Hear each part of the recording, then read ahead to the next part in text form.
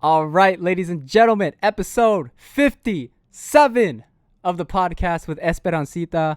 And I feel like we talked about a lot of important topics that aren't really talked about, such as healing generational trauma. And we also talked about how her early childhood experiences shaped her to become the person that she is today. And we talked about a lot of things. So I hope you guys enjoy this one. And comment down below, leave a like, and subscribe. Peace. I have 12 Pro. Yeah, but like the camera quality is insane. Yeah, dude, it definitely. I will say I was such a huge fucking snob for a while. Like I'd be like, fuck iPhone, I'm all about Google. Yeah, I'd be like, Google products, Androids. And then I got a Google Pixel. Yeah. And I thought it was like the coolest fucking thing ever. I thought I was such I'm telling you, I was such a snob. What was it about that phone that you liked? I don't know. I kind of just the fact that the operating system was different, you know?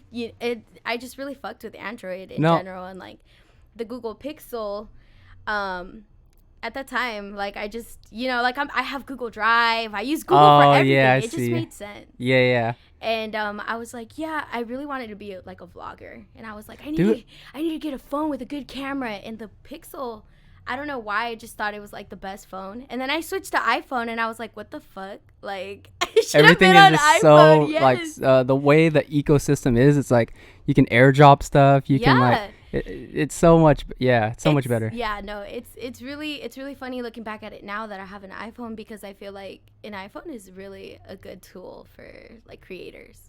Yeah, I think it's definitely the ideal phone for creators. For sure. And then when you were over here, I saw you vlogging too. Are you still? I remember the last time you were here with that last session. I pulled out my. Let's go. We're getting some content. Yes. What kind of camera is that? This is the Nikon. Sorry, not Nikon. I don't know what the fuck I said that. The Sony ZV-1.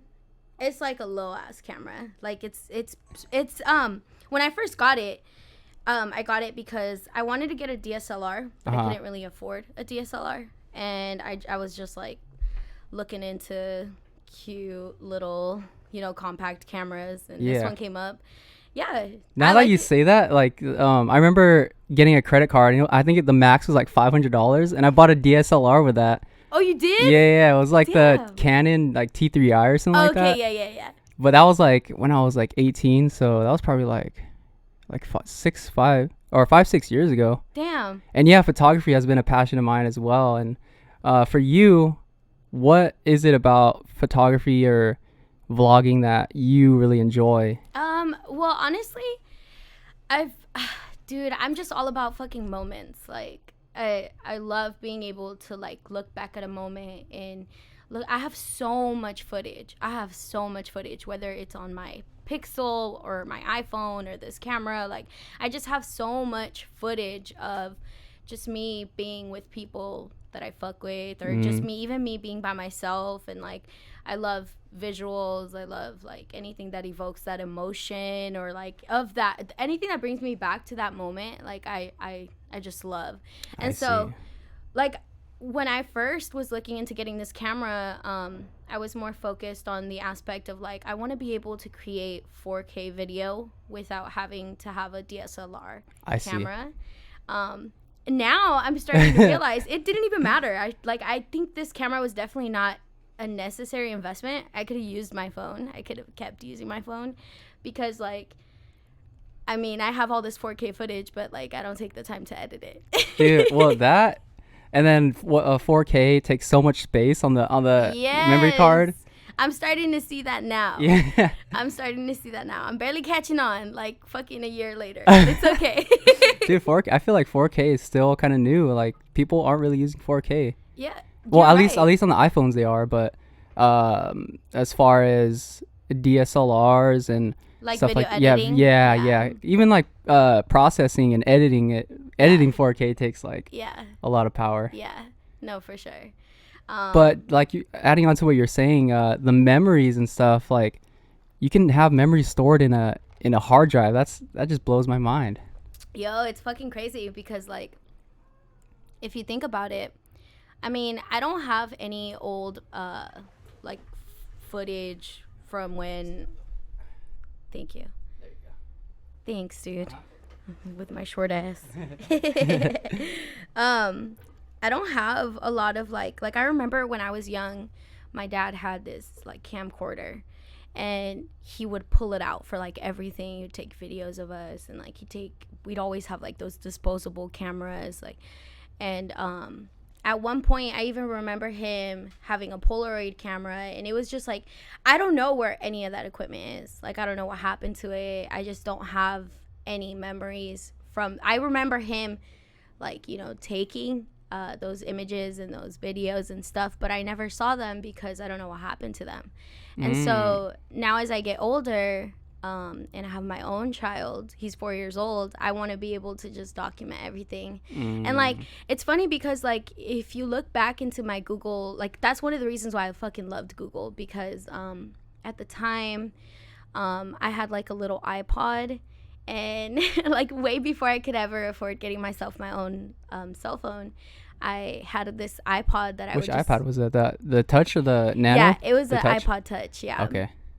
And I can't remember exactly which one it was. I was like 13 years old, and I would just like, you know, wherever I could connect it to the Wi-Fi, that's how I was connected to people. You know, I had a fucking text-free number. I'd text people on and shit. Yeah. And so I started taking lots of pictures and stuff, which were like the worst quality ever, of course, on a fucking iPod. And I started storing them on Google Photos.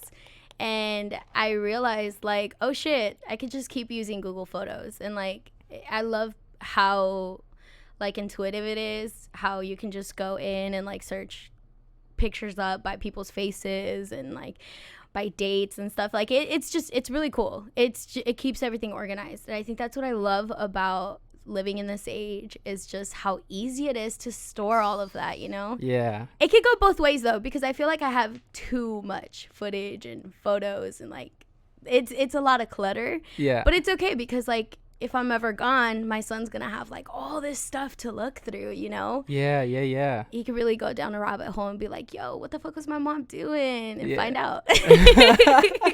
That's actually one thing too, is organizing all the footage.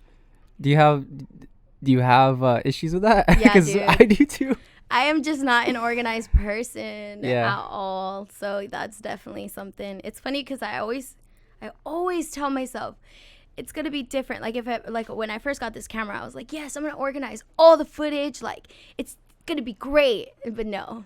Yeah. I have them all kind of just stored I bought like this external hard drive, and I just have them all stored in there in folders. I guess so. It is organized by dates, but I just need to go in and like scrub through that footage to see what I should keep and what I shouldn't. Oh, okay. But as of right now, anytime I fill up a memory card, I kind of just like transfer it to that hard drive, clear it up, and then get some more footage. Yeah. I guess as a kid, so photography has been in your life for a long time. And your dad inspired that?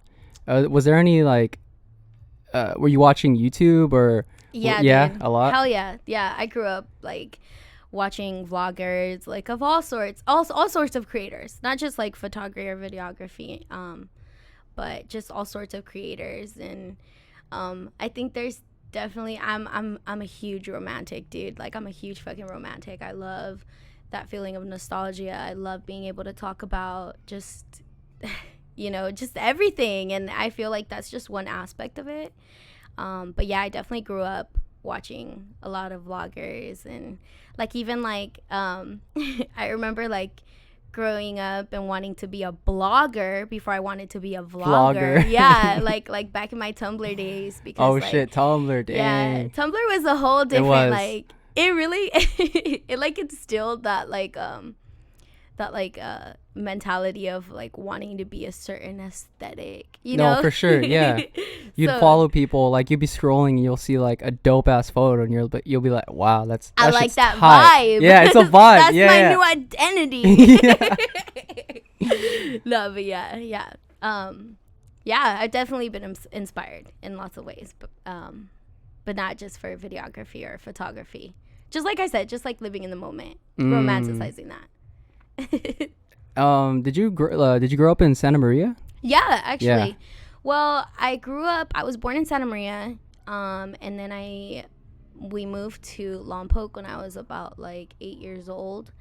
And then I started school there, and then I grew up in Lompoc from like 8 years old until I was about 12 or 13. Yeah. About 13 years old. And then I moved back to Santa Maria, and I went to high school in Santa Maria, and I've been there since. Has the kind of moving around kind of messed with being able to like kind of hold on to friends, or did you? Yes, 100%. You know what? That's a really big topic, and I feel like because my family never had like it's always like my home life ever since I was a little girl has always lacked stability. Like I never had apart from like my mom always being there, like she was always for the most part she was the one who always had custody of me because my parents weren't together. But my dad was like my rock, which is really ironic because he wasn't there a lot because my mom had custody of me. But yeah, we were constantly like moving around. I hated being the new kid at school, and it was a constant for me because my mom wasn't in the best relationship, so we would kind of bounce back between like, oh, we're gonna go back home, and her brothers lived in Santa Maria. So whenever like shit hit the fan in Lompoc with her, with her mans, like I see. we would kind of run to Santa Maria because that was where our support system was. And that's where my dad stayed at too. So luckily my parents always had like a great relationship regardless of whether they were romantically involved or not. Yeah. And in that sense I did have that stability. We could always count on my dad if shit hit the fan. And yeah, there was a few times we had to move back to Santa Maria, and then like we would tell ourselves like, oh, well, my mom would tell us that like, okay, like this is it, we're gonna live in Santa Maria, this is gonna be our new life, we're turning a new page, and then we would be back in Lompoc. And so it kind of like I have like bittersweet memories of growing up in Lompoc because of that. But I mean, at the end of the day, like I still talk to a good amount of friends that I had in Lompoc. One of them is actually, I would consider him my longest friendship, and I call it my bestie. He's my best friend. Like I've known him since Lompoc days, and now that I'm living in Santa Maria and trying to build my own life, like it's really cool to be able to look back at that. But that's a really big topic because it's funny. Yeah. I was just thinking about that on the way here. I was like, damn, because like I love the drive here. I love driving here, and I've been traveling here more often, like to this area, Oxnard, Ventura area, and I love driving to LA from Santa Maria. I love the Central Coast, and I was thinking to myself, like, do I want to stay in Santa Maria, or like, because I've always imagined myself moving to LA. Yeah, like it just made sense to me. But the more I travel here, I'm like, fuck no, I think I want to move to like Ventura, Oxnard area, because like it's just like it's not home, but it's not LA. It's still low key. It's not LA, like that LA life. It's low key. Yes, exactly. And so I was just thinking about it. I was like, damn, you know what? I'm 24 years old. My son's about to start school. Like, if I really am considering it, I should probably get on that soon. That way my son could grow up in one place and have what I didn't have, have that stability of like not having to move schools all the time because, of whatever reason. Like, I just hated being the new kid. and I really don't want my son to experience that. But at the end of the day, I know that if, life doesn't work out that way, that as long as we work on the core foundation at home, that it'll be strong, or that he'll be okay, that he'll be able to experience those experiences without much pain, I guess I should say. Yeah, because growing up as a kid, and I relate to you in the fact that I really didn't have that much stability in my life. So growing up as a kid and you going through that, it really affects you in ways that you're a kid, so you really don't know what's going on. Yeah. And it's like, yo, my parents are fighting. Like, what? That's crazy. Yeah. And I think it instills sort of trauma in your life, and you kind of have to go through that, work through that growing up. Yeah. And it's really interesting because, like, I'm the eldest daughter. And, well, at least from, like, I'm the oldest, and then it's my brother, and then it's my sister. And then I have another brother and sister that are younger than all three of us. And they have a different dad. So, like, it's me, my brother, and my sister. We all had the same dad. And then when my sister was really young, when I was 8 years old, so my sister would have been, like, 4 years old, my parents split up.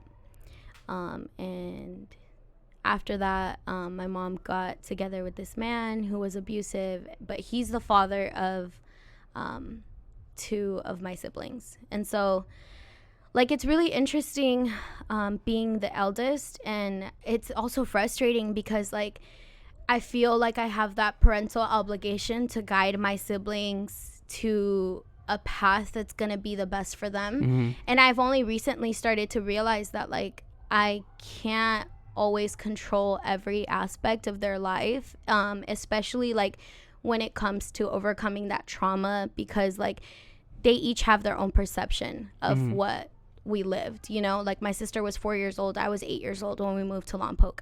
Like, she remembers that time very differently from how I remember it, you know.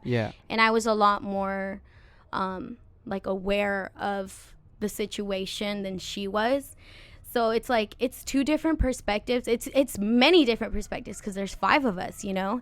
And so I think the biggest frustration for me is, like, growing up and, like, trying to assume that responsibility of, like, okay, I'm overcoming my trauma, so now I have to help my siblings overcome theirs. And it's kind of hard because, like, as much as I would love to be able to do that, like, I can't, like, go inside their brain and rewire it, you know what I mean? Like, there's a lot of internal work that has to be done.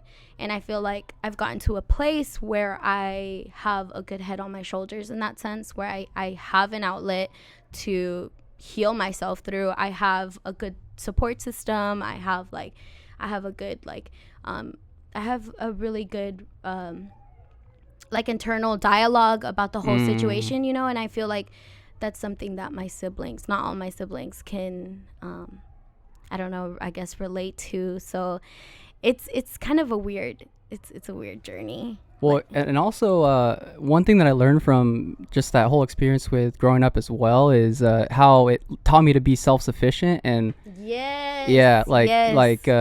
not try and rely on people, you know. Yep. Dang, that's you know what, it's I look back at that now, and I'm grateful I had those experiences I did, because I am very self-sufficient in the sense of, like, growing up, if I wanted to do anything, like, I would do it myself. Like, and I see it, like, what you're doing with your Etsy shop with music. It's like videography. You're doing it yourself, you know. Yes, I think it's a really big part of, like, I think it could be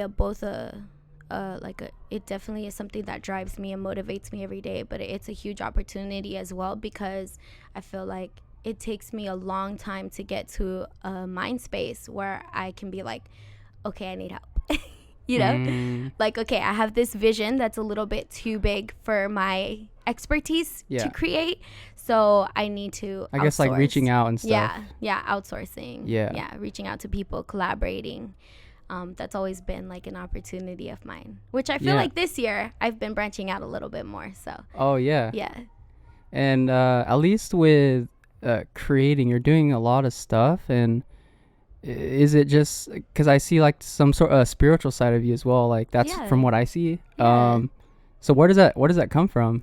Well, you know what, I spent so much of my life just kind of, like, distracted by, like, absorbed by all of the trauma and the emotions that came with that, like the pain.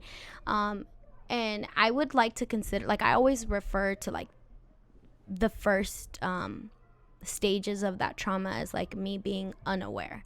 Like, even though I was in those moments and I was present for those moments and I did experience those emotions, I feel like it was really hard for me. Like, it's like I lacked that part of me that was able to look inward, that, like, introspective side of me. Like, I didn't gain that until, like, way later in my life. And was there, like, a certain moment or, like, a certain it was thing kind that of, you remember, or was it gradual? yeah, no, it was, well, I would say, I guess, gradually. I mean, I lost my dad. He passed away when I was a sophomore in high school. So I was 15 years old, and I lost my dad. And my dad was definitely the person who taught me a lot of things. Like, he taught me a lot of things. Like, my mom, she taught me the basics, like how to feed myself, how to, like, she taught me the basic survival stuff. But my dad was the one who like planted the seed for like whenever I loved to read when I was younger, and he would buy me books, he was the one who like signed me up for the library, because my mom didn't like have the time or the energy to like go sign me up for the library. Like, my dad was the one who really like nurtured that side of me. And so like, when I lost him, I was like doing some really terrible things. Like, I was just being rebellious. I was like sneaking out a lot. I would always get caught ditching class and smoking pot and like drinking, and like it was really bad. Like, I was putting my mom through a lot, because she didn't understand why I was lashing out, because she was still kind of in the process of acknowledging the trauma that she had experienced, and in turn exposed her children to.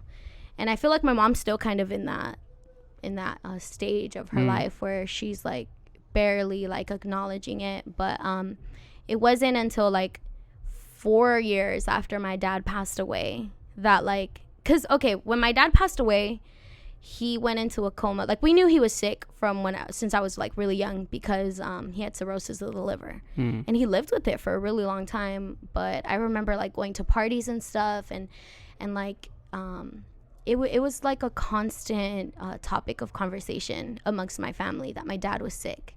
So like, I always knew it was there, and it got to the point where like, since my parents were together, like whenever my dad would come pick me up and then like he would drive home, like if he didn't call me, I would get scared, because I thought like, oh shit, I just lost my dad, Yeah. Like, I was always on edge, thinking like, I'm gonna lose my dad one day. Like, I just know it. And it's because we were all aware that he was sick.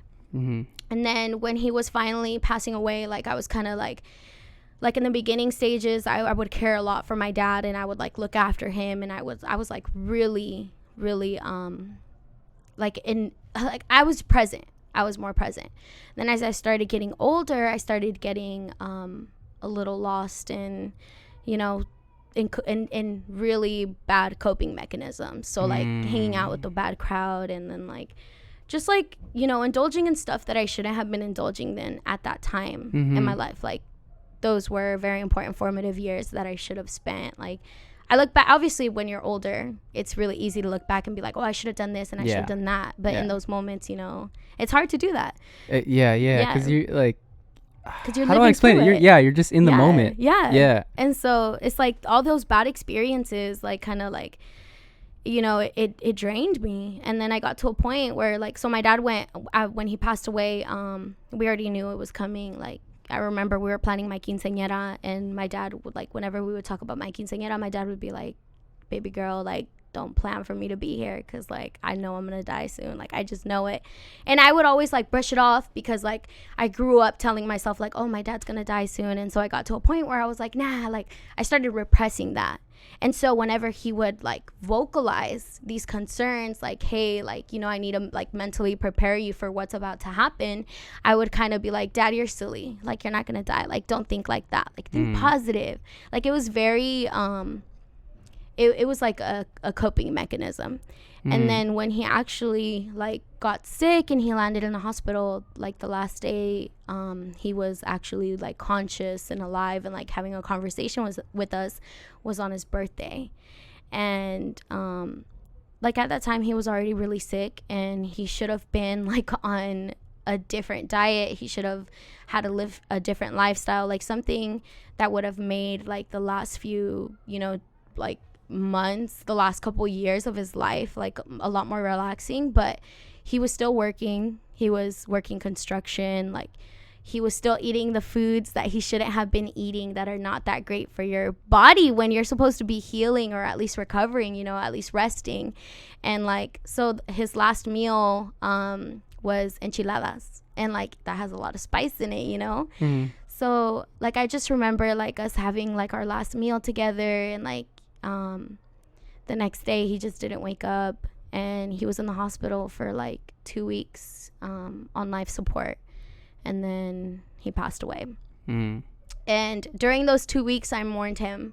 Like I just knew it was the end, you know. And oh my god, I always get so like emotional about it, because like I was like I had that opportunity to talk to my dad and really like pick his brain and understand things, you know. But like I didn't, because I wasn't in that mindset. And it's crazy because like I mourned him throughout those 2 weeks, and then when we got the call that my dad passed away, it was very like it was so numbing. I couldn't even react. And then like, you know, his funeral and everything, like it wasn't until 4 years later that I like all of those emotions just hit me all at once. And I don't know what it was, but it was like a switch. It would literally like, it felt like one day I was just kind of like mindlessly living life, you know, walking this path just blind.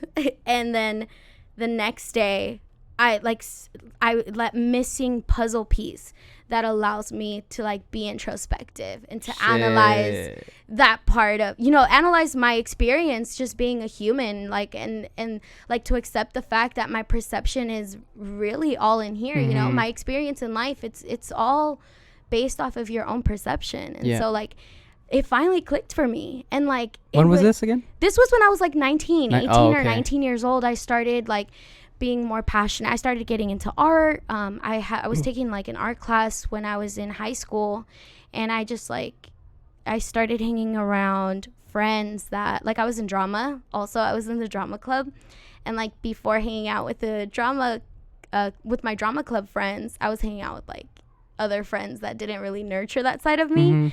And so having that exposure to other people who have that understanding, you know, who have the ability to be introspective and to apply whatever it is that they're finding out within themselves to their lives, like that definitely nurtured a side of me that allowed me to reconnect with my father, because I basically lived 4 years kind of numbing myself, trying to repress the fact that I didn't have my father, you know, like just indulging in like really bad coping mechanisms and shit. And when I say that, like, I mean, I still smoke, you know, it's definitely, but it's different because well, it was sort of like a rebellious or like just a way to numb or not think about what you were going through at the time. Exactly. Yeah. So that switch right there, like, was pretty monumental to me. And then from there, like, it's just been a journey. Like I would consider that the beginning of my spiritual journey, you know, when I was 19 years old. And then I had my child, and I went through postpartum depression, and that was another part of like what really like pushed me further into my spiritual journey. And so yeah, it's been a journey ever since.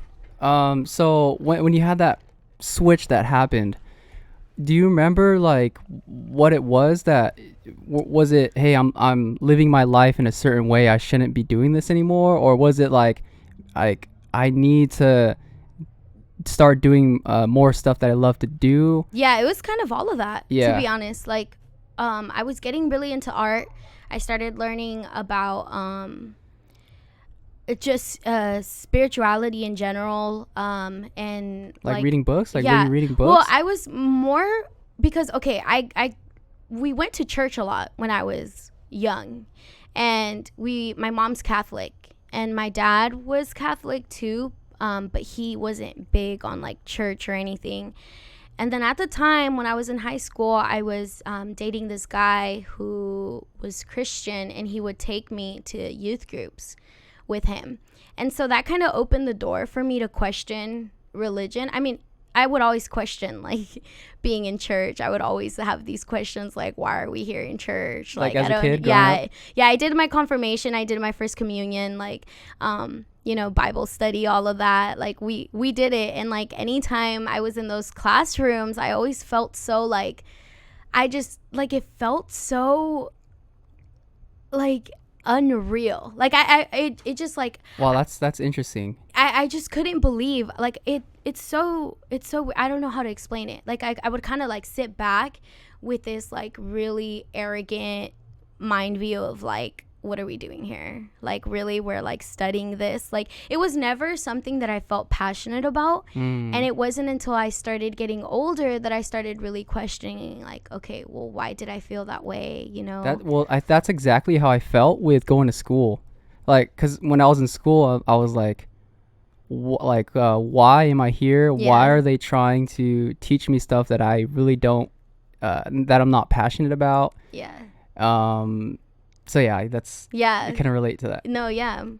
I feel like, I think that's definitely something that, like, as humans, we could definitely work on, is, you know, the public school system and just in general what we're exposed to from like a really young age. What's that? What did you say? What we're exposed to Oh, from exposed like to. yeah, from a really young Yeah. age, because like there's a lot of stuff that I feel like is pushed on us, and then stuff that is really not introduced to us that should be, you know, like self-care. I think that's a For really sure. big That is one, a you know, huge like one. mental health. I think Yeah. that's a huge one too. And I think even just like spirituality as well. Like I think, Spirituality, how to, like, taxes, oh my God, like, dude, for real. money management. Yes, money management. Damn, dude, I'm 24 years old and I'm getting to the place where I'm like, fuck.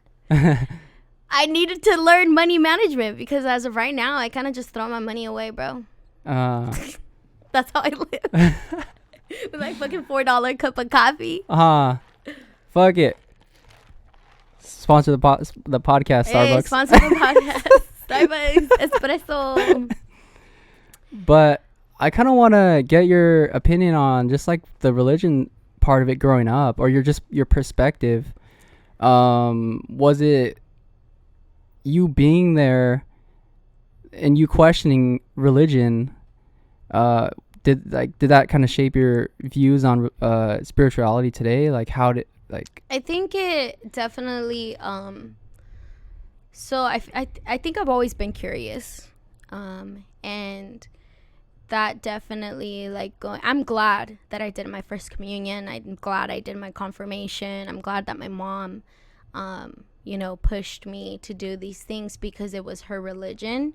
And because that's the way she was raised. Like, I'm glad, because I apply a lot of those beliefs to my life, whether I identify with that religion or not, you know, Catholicism. And what would same you thing, say, like, are those some those beliefs that you implement today? so even like with Christianity, like going to youth group and like, you know, having those daily conversations. It's not necessarily from either or religion, but just being a kind person, you know, trying to be my best to not be judgmental, like, just being open and loving with people and like respectful. And when I was a lot younger, like, I think my mom had this, like, I don't want to call her a hypocrite, because my mom's not a hypocrite. She's just learning, you know. I don't want to put her in that box. But I didn't understand why we would go to church on Sundays and, like, you know, live by, like, these commandments on Sundays, but then, like, go back to our regular life, and she would do stuff that didn't quite align with the religion. And I would like question myself. I'd be like, you know, that's what religion is. Like, I would tell myself, like, that's what religion is. It's just a bunch of hypocrites. Like, I had such an arrogant view on it.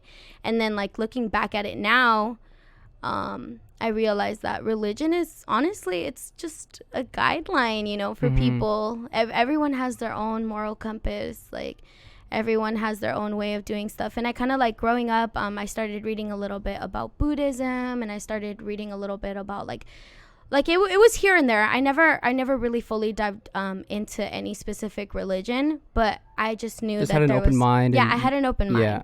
And I would, for a long time throughout like the last few years of being a teenager, I would tell myself that I was agnostic. I'd be like, okay, I don't believe in God, but I don't believe in the God that my mom believed in, but I believe that there is a higher source, you know, a higher power. Yeah. And that's kind of evolved throughout the years. Like, I kind of just implement, like I really believe in like, dude, I love saying this so much because it boils down to how I move and what I believe, and but when you give abundance, you receive abundance. And that's kind of how I apply it to everything. And like I made it a sticker, like Let's go. Yeah, I sell it on my Etsy shop. Hell yeah. Give abundance, receive abundance. And like it's how I move, and it's what I want to instill in my son too, and that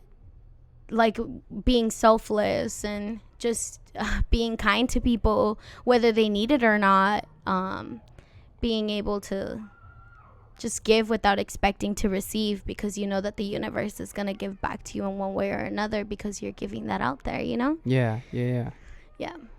And, I'm sorry, I don't think I answered your question. This is the whole podcast. We're going on tangents. Okay, bet. So I hear it in the music too, where I think you talk about breaking generational trauma and stuff. Yes. Yeah. So, that's a big one. and I see you and what you're doing to your son, and you're teaching him all this stuff. So yeah. I think that's really cool. Yeah, that's a big one. I think that's one of the beautiful things about music is it's really taught me that like even just elaborating those thoughts, even just literally take the act of writing, whether it's on my phone or on a piece of paper, of writing these rhymes, this poetry that is communicating to whoever else can relate to it, that you can heal through it, that you can grow through it, and teach coming generations the same thing, because like it's not taught to us. I feel like growing up, the mentality, like it's so interesting being a parent in this day and age. Obviously growing up and becoming a mom is a completely different experience, like going to parties and like to family parties and family gatherings and just like conversing with family members. It's a whole different experience from when I was a kid growing up and like kind of being cast out of like, oh, you're just a kid, your opinion doesn't matter. But like ever since I was a little girl, like little things like, okay, we would be out and about and my mom would be like, oh, look at that lady, her outfit like is making her look fat and stuff like that. Like I don't want to make my mom seem mean, but like little like super low vibrational thoughts like that. I would always try and stop her. I'd always tell her like, Mom, you don't know what she's going through. What if that's the only shirt she has? Like, or like, what if she has a disease that doesn't let her lose weight? Or like, what if she doesn't have enough money to sustain herself healthily? Like, I've always had thoughts like those, but I felt like that type of thinking was never nurtured, unless it was like by my dad. And so I feel like a lot of our family's dynamics, and I'm talking extended family, not just like my immediate family, has been very low vibrational because of the fact that they all endured a lot of trauma together and never addressed it and overcame it, and everyone kind of just coped with it in their own ways. And like I don't sit here on a like, I'm not putting myself on like this, I'm not like looking down on my family because they did that. Like I understand, I have that, and like I lived it. I know, I understand why they operate at that frequency. But it's like now that I'm older and I do have a say, it's different. And I'm connecting with family members in ways I've never connected with before, because it's really crazy to me. Like my family supports me and I absolutely fucking love that. And it's not because they think I'm gonna be rich or they think I'm gonna get out there and they support me because they enjoy what I'm saying. They understand that like I've gotten to a point where like I've formed a really important perspective that might even I guess no one has like actually vocalized this to me, but it's my understanding based off of the conversations that I've had with multiple family members that have been like, yo, I support what you're doing because of this and that, Oh, okay. And so like I feel like it's kind of like I feel like I'm in the right place. I feel like I'm doing the right thing at the right time, and it's just I'm so excited for the future because of it. Whether it be, you know, my immediate family's future or my extended family's future, like it's just I feel like we are all going down the right path, and it took a little while, but I think music is definitely helping me get there. For sure. How I see it also is that growing up, our parents, the whole American dream was to go to school, get a job, follow like a linear path. Yes. And that's basically just how they were raised and grew up. And for us, we have more technology. We have the internet. We have stuff that we can really, we can pretty much do ourselves, you know? And that's amazing how like the time we're living in. It's awesome. Dude, it's crazy, right? It's beautiful. I have a really spiritual friend, and she's big on energy, and she's always talking about how she's always talking about how like for a long time the world has been operating at a really low frequency, and we're getting to that stage where like the frequencies are being raised, and like it feels like we're all operating on a higher frequency than we were before. And that I wonder if that, sorry to cut you off. No, but go ahead. I wonder if that has something to do with the changing of the age of like going from, I don't know, like Pisces to Aquarius. Oh shit. Damn, it probably does, to be honest. That's something that I've heard, just the changing of the age. Like it could be that.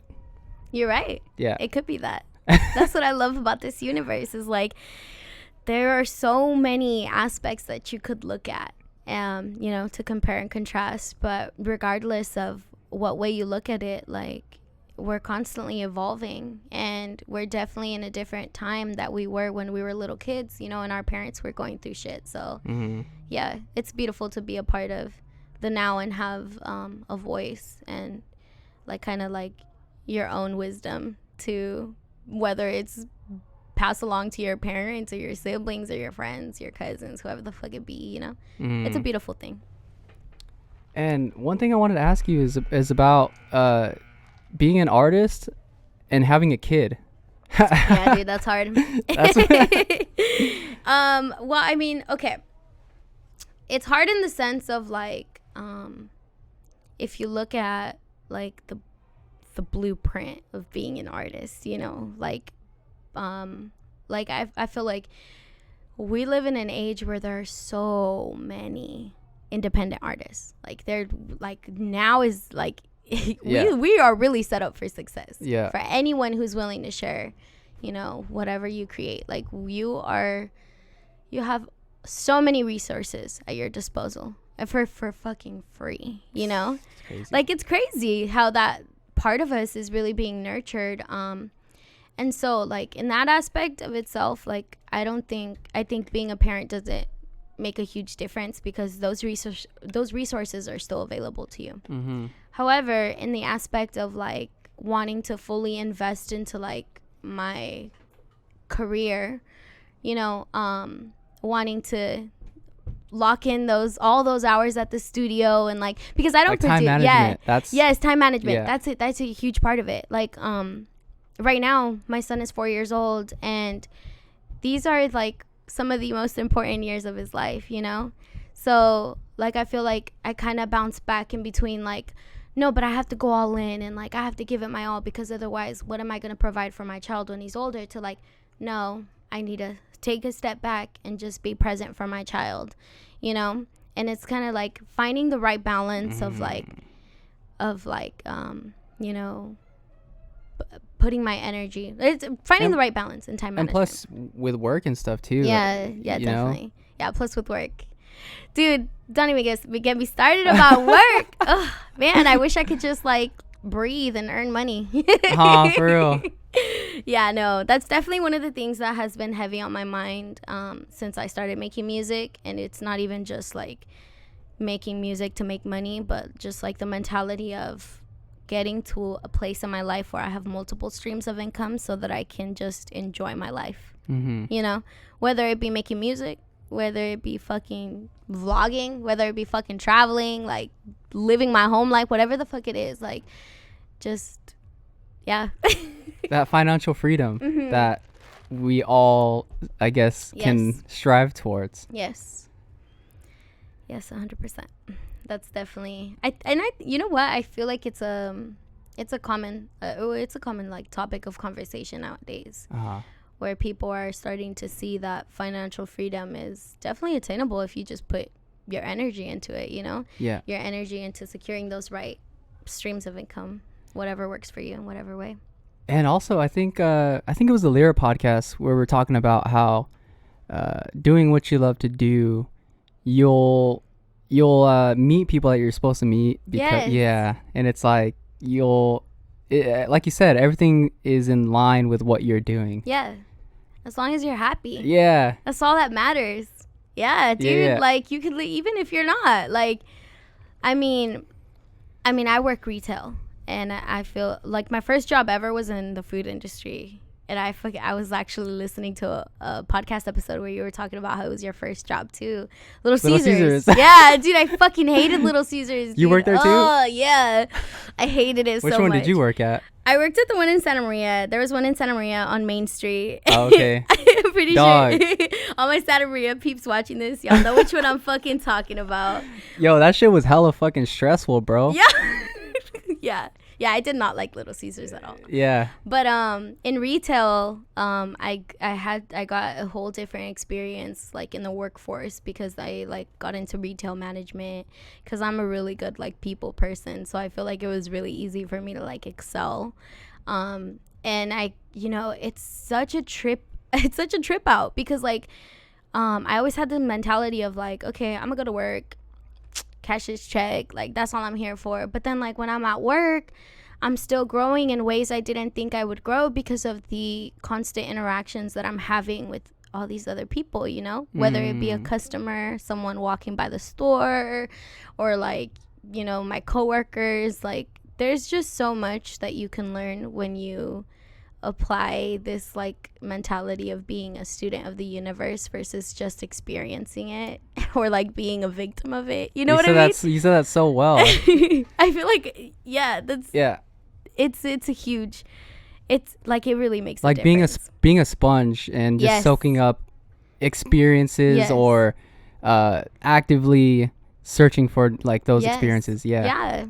Being curious and being in the moment too. Yes, being in the moment. That's a huge one. That's really huge, because it's like you can be a victim to your circumstances and think to yourself like, fuck, I'm working a 9-to-5 and I'm spending all my time here and I fucking hate it.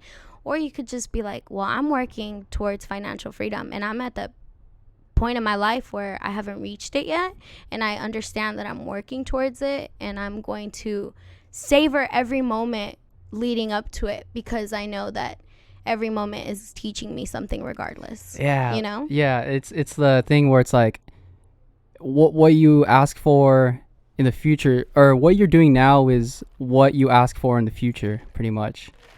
It's like it's preparing you for that moment. Yeah. Yeah. I think that's really important too, because I feel like it took me a long time to realize that like habits are very important, you know? There are certain things that I'm working on personally right now that I feel like could improve my life drastically if I'm able to just like do it every day. Like, dude, I've been going to the gym. I see that. Yeah, dude, I've been going to the gym and I'm starting to feel changes. Like, I feel like I've had this weird relationship with like I grew up having an eating disorder, and so like with body image and just like the perception of like my overall health, I've always had like a complicated relationship with it. And I finally got to a point in my life where I'm like, bitch, what's so complicated about it? Just fucking work out and eat healthy.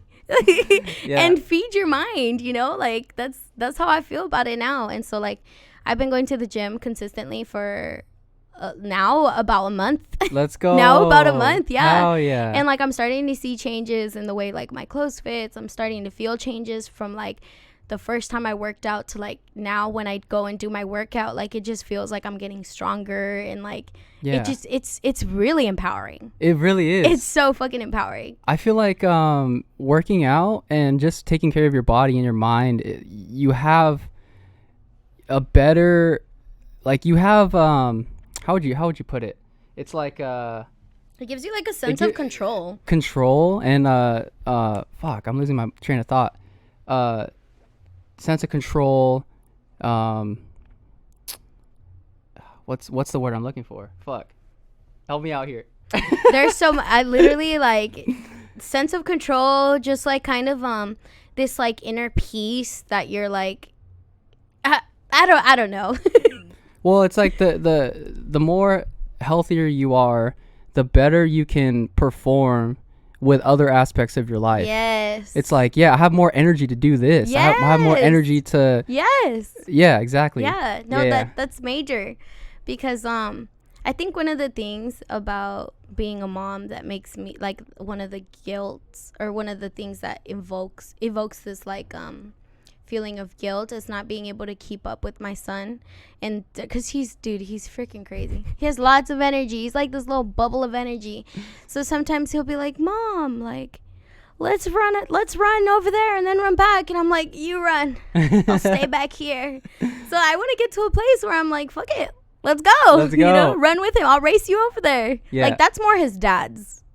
Like if he has to run to a certain place, and like I'm like, okay, you go get him, because I'm staying back here. I'll take a video of you guys. Oh, the word I was looking for was discipline.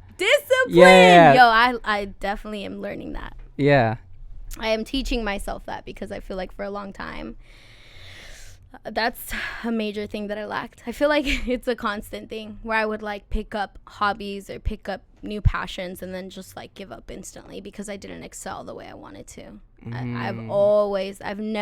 never been a strong suit of mine.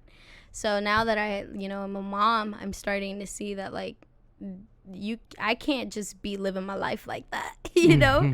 And so it's definitely something that I've been learning the past few years. And I know that I'm a work in progress, you know? Oh, yeah.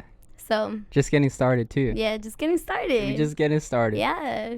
And well, talking about just getting started, when did you I guess start writing? Dude, I feel like I've always been a good writer. Like English classes were always my favorite, because like whenever it came to writing essays and stuff, like I wouldn't say I completely lacked that piece of, of myself that was introspective. Like I've always been able to, if I like honed in on it, but I didn't live my life that way. Like it was just whenever I got the opportunity to be introspective, like with essays and like, stuff like that. Like even just reading books and being able to relate to them. But like, oh, I see. But when I was around like 18 or 19, like I was kind of like really deep in, like I was just going out with my friends, getting drunk, like doing all kinds of stuff.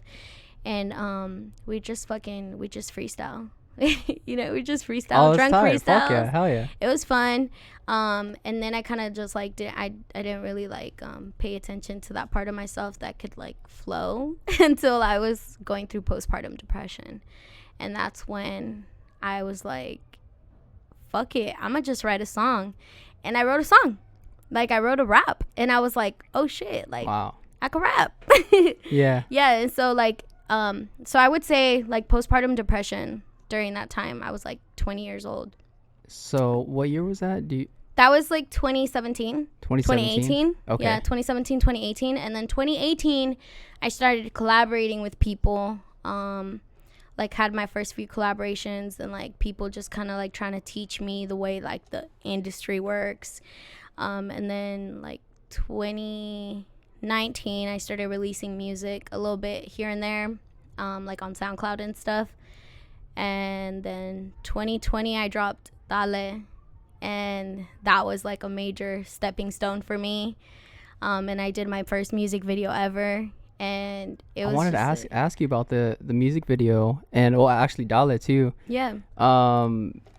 For like the music video, did you I didn't see the credits or anything, but did you direct it? Did you get how was the process of that? So basically my first experience with that was because I've always known that if I'm going to be putting out music, I do want visuals. You know, I want visual representation I just know how important it is. Like, whenever I'm listening to a song, it elevates that experience a lot more to have some visuals to go along with, you know, and to, like, indulge in that, like, specific, whatever it is, you know, work of art.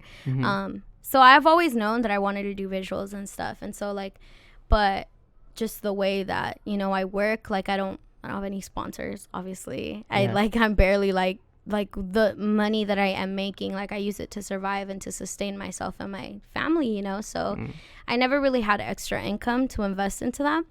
And so when I wrote the song Dale, I, like, was gonna just release it, like, as a song. And I remember, like, I fell in love with the song so much. I was like, I need to have a video to this. And I was, like, I posted a snippet of the song, and Captivitas commented on it, and he was like, yo, let's make a video. See? And I was like, yo, what the fuck? And I checked out his work, you know, and I was like, damn, this guy's impressive. Like, hell yeah.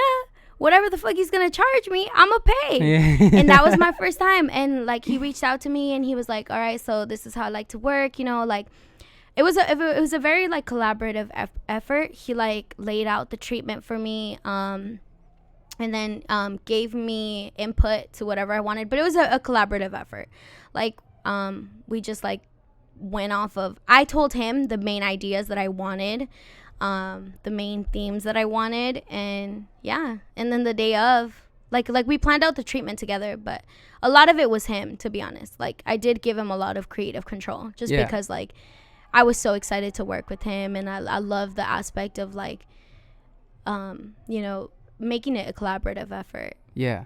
So, I mean, I wouldn't say I directed it. No, I would say he directed it, but I did give a lot of ideas. Because, you know, the foundation of it was mine. Like, the ideas were mine, but he definitely directed it. And shout out to my stage mom, Emilio, because, like, my best friend Emilio, the one I was telling you about, he's been in my life hella long, and, like, he was there for both music videos. He was actually in Days Go By.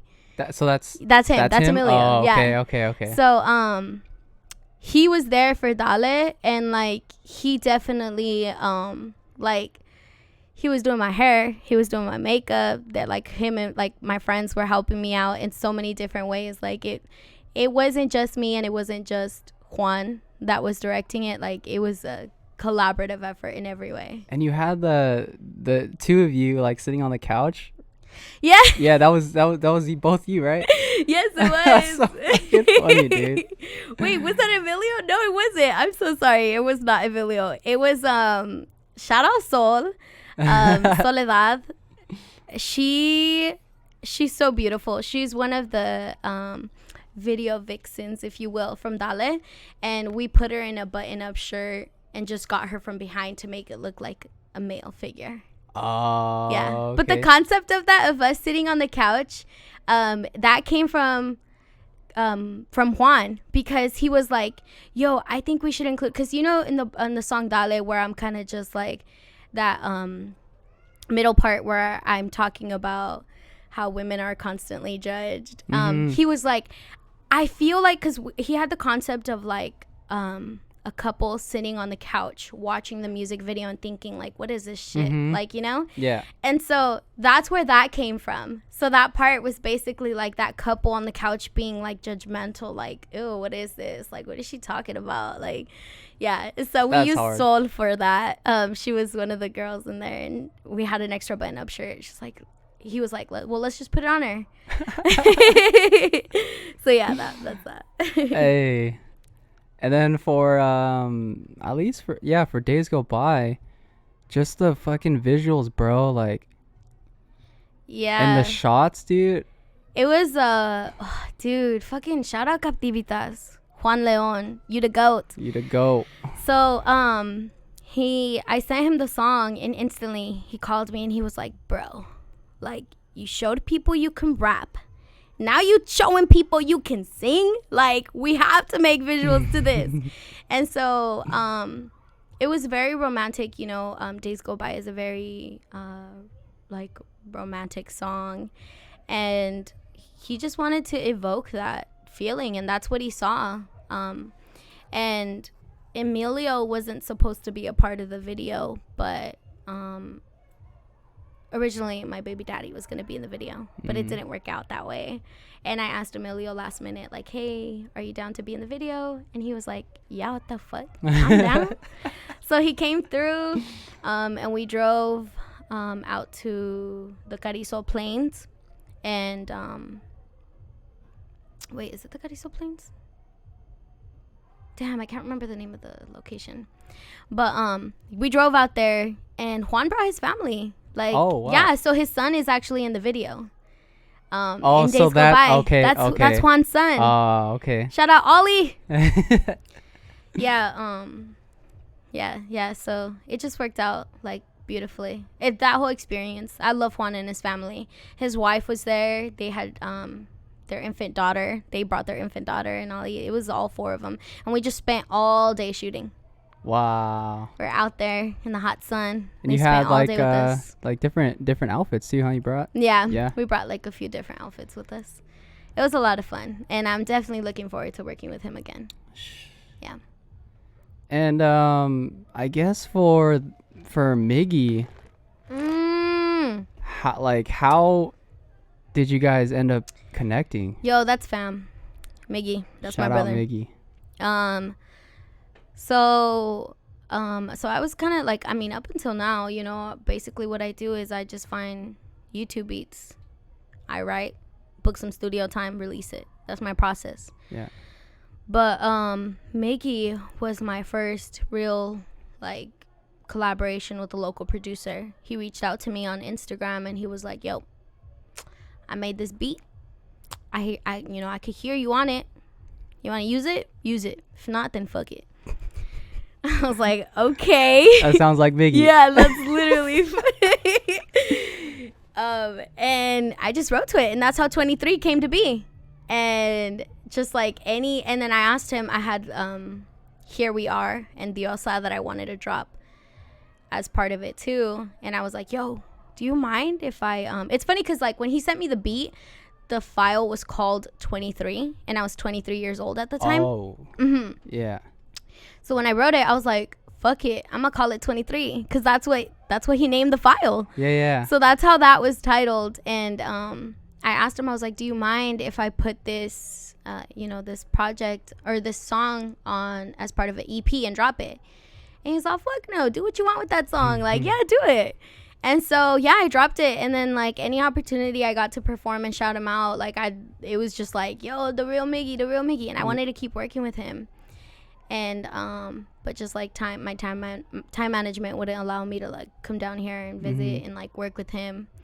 And, yeah, it's just kind of evolved over the past year. And, like, every now and then, like, I think one of the first sessions I ever like came through to like kick it with him and stuff was when we came here. Oh shit, really? Yeah, that was one of the first sessions ever that like I came through, and it was like the first time I met you, I think. Yeah. Yeah, and that was like our first time like actually linking and like kicking it and stuff. And then cuz like he had gone to a few of my performances. Cuz at that time was when I first started experimenting selling merch. Oh, okay. And I would like make all that myself, and I remember he bought my merch as soon as I would sell it. I shipped him a bucket hat when I first dropped them. That was like my first merch drop ever, and he copped one. Yeah. The Diosa bucket hat. And so like I just knew that he was, like he just felt like good people. I just know I wanted to collaborate with him, not just because he was a producer and like I'm a rapper or an artist that needs producing, but like because I trusted his energy and I fucked with him. Yeah, there was that connection. Yeah. And I feel like ever since I've met him, he's just been real fucking genuine. Like he hella like pushes me hard too. Like I remember he did I don't remember. Oh, he did an interview for is it No Cover magazine? Yeah, he did an interview for them. And then there was a snippet at the end where they were like, "Oh, is there anything you want to tell, anything you want to promote?" And he goes, "Fuck me, dude, I'm trying to promote my homegirl." And he pulls out my, like, he was wearing my crew neck. He's like, "Yo, shout out Esperanzita." And I was like, "Yo, what the fuck?" Like, at that time I wouldn't even consider us being that close, but like he just always like hella like supported. And then like it hasn't been until recently that things have been like, I guess, evolving into like a more salt, like I consider him fam, you know. Yeah. Like I'm saying, like he's a fucking homie. Him and his fiance have been very supportive, and they've gone out to performances, even like back, like even during like the Central Coast Beat socials, like he would come through, and like it's just I love it out here, dude. I love living this, because it's really interesting. When I first started making music, I didn't have that sense of collaboration at all. Like I kind of just like put my music out there, and whoever fucked with it, and whoever didn't, you know. Like I wasn't really involved in the local scene. And then it wasn't until the Central Coast Beat socials started inviting me out where I started connecting with other creatives. And then shortly after that, I met Miggy. So Miggy was definitely a big part of like that chapter where where the creative process for me changed. And we talked about this with Lyra too, how there's just been an explosion of artists, of just musicians, and especially like in the 805 for an example. Yeah, dude, and I'm definitely feeling it.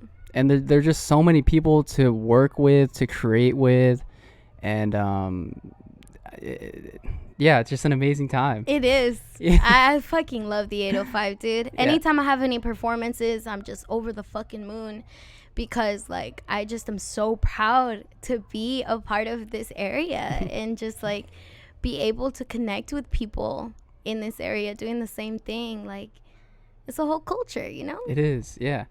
And and you talked about performing too. When you're performing, it's something about like that, like you talk about energy and stuff, and I can really feel it.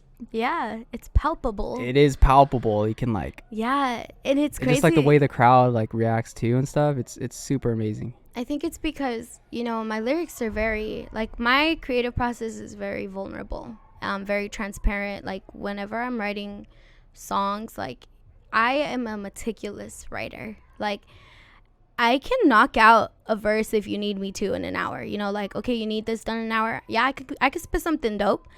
But like I'm so meticulous in the sense of like, if I don't like the way it sounds, if it's not conveying the message that I wanted to convey, I will search for the right word until it does, you know? And so I don't know if, I know for a fact that's probably something that has to do with the fact that like people feel the energy that I am putting into it, you know? So when I'm like when I'm like on that stage and people are in the crowd like connecting to me, I know it's not just because they like the way it sounds. It's because they're hearing what I'm putting into it, and like it's just a vulnerable experience. It's a great way to connect with other people, and that's the most satisfying aspect of this whole process of creating, is being able to genuinely connect with other humans. You know what blows my mind is that when you're making music is like frequencies, and the way like your voice, your vocal tone, like all of that is being put on a track, and it's like essentially just frequencies and energy that like you're putting onto a track. It just blows my mind. Yeah, it blows my fucking mind too. It's pretty crazy. Yeah, I definitely feel like I'm grateful as fuck to be able to have the resources that I have to even just put my music out there, you know? The fact that we live in a day and age where if I want to drop a song, I could upload it to SoundCloud tomorrow, today, if I wanted to, you know? So, yeah, I'm definitely grateful to be alive in this time. And now, since you're coming here more often, I think right after this, you have a session, right? Yes! I'm so excited. We're working on an album. Yeah, hey, shout out to the fucking Los Vigilantes. Hey, hell yeah. Shout out to everyone. Los Vigilantes. That's fam. Shout out to Connor. Shout out to Real Miggy. Shout out to Lyra Heck Adaptive. Yeah, Lyra Heck Adaptive. Adaptive. It's funny because last time Heck came through to a beat social was for the Mike Bless thing in Lompoc. And there was like, I went out to my car to go get some fucking papers for Heck to roll. And there was a white car with the license plate that said Hexy. And I was like, yo, that has to be Hex car. I took a video of it, and I went back, and I was like, yo, what kind of car you got? He was like, oh, like, I don't even remember what he said. I was like, oh, so this ain't your car then? And I showed him the video, and T-Funk was with him. We just started cracking up because I was like, yo, that should be his license plate. It just said Hexy. I was like, yo, that has to be Hex car. Damn. But yeah, it's definitely, yo, That shout sounds out like to Central that Coast sounds Beat like a Social. high moment. You get Yeah, we definitely, I was already stoned for sure. Couple dabs in. shit. Yeah, Central Coast Beats too. Yes, Central Coast Beat Socials, dude. They were my first real experience with performing in general, because like I said, I would post my verses on Instagram and share my music. This was like 2019. And that's kind of how people would find me, and that's how I built a following by just posting verses and On Insta or on Instagram. Insta? Yeah. And one time I was at work. I used to work in Pismo, and that's like, that's up north. And I remember they were having a Central Coast Beat Social, and at that time I think they called it like Beats and Pizza or something like that. And I remember starting to see videos of it, and I was like, yo, what is this, a cypher? Like, they're doing a cypher like in person? Like, what is that?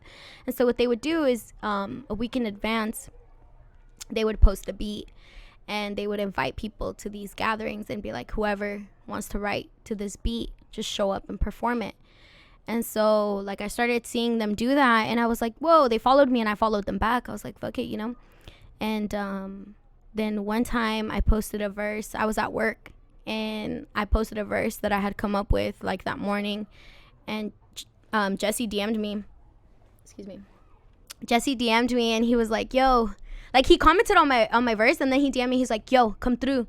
And I was like, what? He's like, yo, come through to the Central Coast Beat Social. And I was like, damn, dude, I'm at work, and I work in Pismo. I was like, that's like a 30-minute drive, and it had already started. And I was like, I don't think I'll be able to make it. They're like, okay, for sure, come to the next one.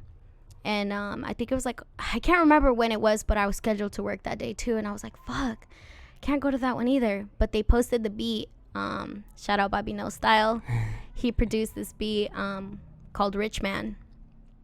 And they posted it like for the cypher for the following week. I wrote to it for whatever reason. Oh, because of work, I couldn't make it to that social, but I saw everyone's performances like online, and I was like, damn, like, so I DM'd Bobby No Style, and I was like, yo, do you mind if because I wrote something to it. I was like, do you mind if I drop it on my SoundCloud since I couldn't make it to the social? Oh. And he was like, fuck yeah, dude. So I dropped it, and that one's called Rich Man. It's on SoundCloud. I still perform it sometimes. And that, so like the following week, I was finally able to make it to one, and it was my first one ever. And they were like, yo, are you down to perform it? And I was like, wait, what? Like, I thought that was last week. Like, I thought we were on to a different beat this year. And they're like, nah, you could perform it. And I was like, but I don't know the bars. I don't have it memorized. Like, is that okay? And they're like, yeah, dude, take your phone up there. Like, who cares? And I was like, okay. And so like they got footage, like they have that footage, like it's on their page and everything. That was my first time ever on a mic. Wow. How did that feel? Like in front of people. It was amazing. Like it was definitely nerve-wracking, especially because like I was reading off my phone and I couldn't really like look at the crowd to see their reaction, whether they fucking liked my shit or not. But after I performed, like everyone was showing so much love, and like people were just being so supportive, and like after that I was hooked. I came to every single beat social after that. Like I started to understand that it wasn't a gathering for people to go and show off their skills. It was more a gathering to like go and connect with other humans who do the same thing. That's what it started to feel like. It's definitely like their family. They've cultivated such a beautiful space for creatives to just share their art forms and connect with other people who are doing the same thing. And that supportive yes group. It's very supportive. Yeah. I think one of my biggest fears about performing was always like, what if I mess up my lyrics? What if I mess up? And like my first few experiences performing were in front of that crowd, and when you mess up, it would be a type of thing where they'd be like, okay, yeah, go on, like you messed up, pick it back up, like it was just so supportive. Like, I can't imagine. Like, I think back to fucking I think back to 8 Mile. Yeah, where fucking Eminem is like literally, you know, like in the restroom. Yeah, and like I just think back to that time, and then how he messed up in front of everyone and he got booed off that stage. Like, that's what I always pictured my first experience to be like. That's what I always pictured. I'm like, if I'm gonna go out if I'm gonna go up in front of a mic in front of a crowd, I better fucking kill that shit or I'm gonna get booed off stage. Yeah. But nah, the Central Coast Beat Social definitely changed that for me, and like it was such a nurturing experience that I don't think I would be here without that experience. Like, I really don't. I feel like they played such a vital they were a vital key to like my development as my discovery as an artist, as a creative. And with drama, I'm sure that helped out a lot too. Yeah, most definitely. Yeah, drama definitely nurtured that aspect too. Like I said, I've always been like a people person. I grew up being like this like really obnoxious little girl. Like, I was so loud all the time. Like, I just have always had like that. I've always felt that need to like make my presence known. I feel because like my home life was so belittling that it just like that's just how I carried myself. And it's like, now that, you know, I'm older, like I used to hate that part of myself. I used to feel like I was like I used to feel so obnoxious. Like, I just didn't like myself because of it. But now I'm like, I just had a lot to express, and I still do. And that's why I put these tracks out. It's just going about it a healthy way. A healthy way. Yeah. Yes. That's major. So yeah, you're working on this album. I think we're going for an hour and 15 minutes. Oh shit. Yeah. Damn. So you're working on this album. Yeah, I'm working on this album. Fuck, I'm so excited, you guys. I'm sorry. It's just okay. So I approached I can't. Okay, so like when I first started connecting with Miggy, he'd be like, yo, like he definitely encouraged me to try to get more music. And like, you know, he set up that session with you here. We got Energy out. We made Bring in the Hearses. Yeah. Like, I was really excited about those. And then he tried to get me on the fucking Los Vigilantes project. Like, really, like, because he had been talking about the Los Vigilantes project for like a little bit. He had like planted that, you know, that seed. He had been talking about it like throughout those sessions I would have with him. Like, I'd overhear him talking about it and stuff. And like, it wasn't until it was solidified and I had a session where I met up with him. It was that time where you were supposed to be here and you ended up buying a truck, right? Yeah. My apologies. No, dude, thanks for letting us use your space always. Like, that's so fucking dope. I was glad to be here regardless. And sure. Right after we went to Miggy's spot and Lyra came through. Oh. Yeah. So And it was that same day? It was that same day. Lyra came through. Shit. And we kind of like, I connected. It was my first time meeting Lyra, and I was really excited because at that point I had already heard what is it, The Greatest? Yeah, Greatest, I think right? I think the so. Track? Yeah, The Greatest. I had heard it and I was like, yo, who the fuck is this? Like, this guy's dope. And so I got to meet him, and I don't know if at that time yet Los Vigilantes was a thing, but like the fact I already knew everyone. You know, I hadn't really met Connor, but I knew of him because like Miggy would talk about him, and I knew that he was at the Central Coast Beat Social in Slow, but I didn't get to meet him because I got there a little bit late. Oh, okay. And like shortly after, my son and I went to eat lunch with Miggy and his fiance, and like he was just kind of telling me about Connor. He was like, yo, there's this guy who came from fucking Oxnard. And I was like, oh shit, for real? Wow. And he was just telling me about that. He's like, I'm gonna connect with him. And I was like, hell yeah. And so then, like, you know, Los Vigilantes just came into a fruition, and like before they submitted the album, he was like, yo, I really want you to be on this album. Like, is there any way you can get something to me? And I was like, for sure. And he sent me the thing, and then I was like, you know what, I'm so sorry, I couldn't make it work. Like a week later, I was like, dude, I'm so sorry, like I don't think I'm gonna be able to get it to you in time. And he was all, well, do you mind if I sample you? And I was like, fuck no, go ahead. And he fucking made sure to include me on there. And I was just like, and it's funny because like he'd be giving me all these credits in the posts on Los Vigilantes and stuff. And I'm like, what is he talking about? Like, what did I contribute? I'm so nervous. And then last time I came for a session, they showed me. And I was like blown away. I was like, no fucking way, bro. Yeah. I'm so excited for you guys to hear the project, bro. Fuck, It's going to be so good. I may or may have not listened to it. It's fucking wild. Yeah. So, but anyway, on the album, I decided like, fuck, I've been wanting to work with Connor. That same session that I'm talking about where I first met Lyra, we smoked like 5 blunts, bro. Like I was so stoned, I was falling asleep while Lyra was recording his verse for a different project. I think Blue had smoked too, and God, Blue! Yo, that shit. Okay, Blue, shout out Blue, I love you. That shit was so funny. But it was really dope because like we smoked and we came back in here and we're like, let's make a beat. And he fucking flipped a Street Fighter sample, and I was so impressed. And then out of nowhere, he goes, I gotta go. We're like, oh, for real? He goes, yeah, I gotta go. I gotta go home and take a nap. Zooted. And we were like, oh, for real?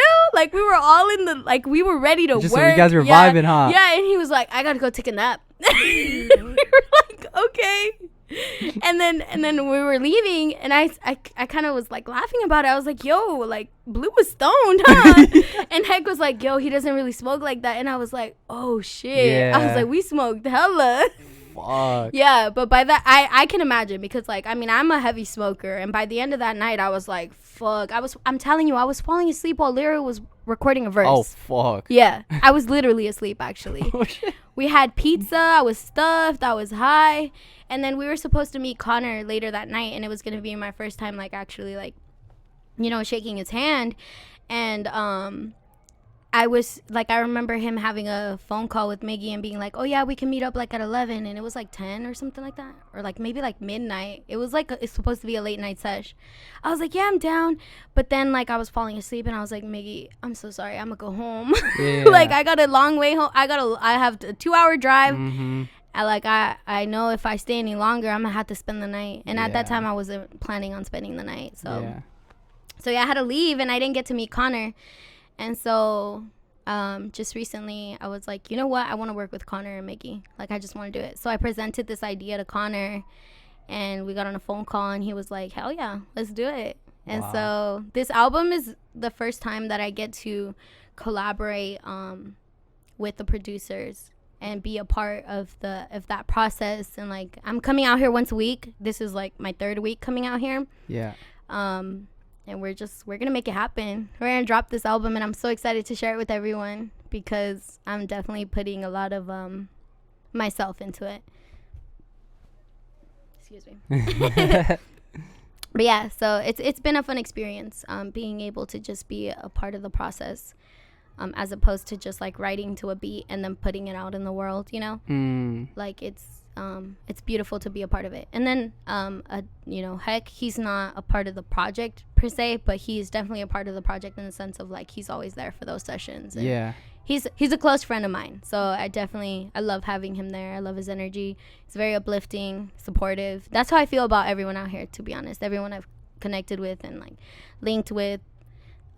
It's definitely been a nurturing experience. And for the beat making process or the production side of it, do you have like an idea like, hey, I want this sort of sound, and you'll be like, yo, here it is? So I had all these beats that I was writing to that had like the basic essence of what I wanted to portray.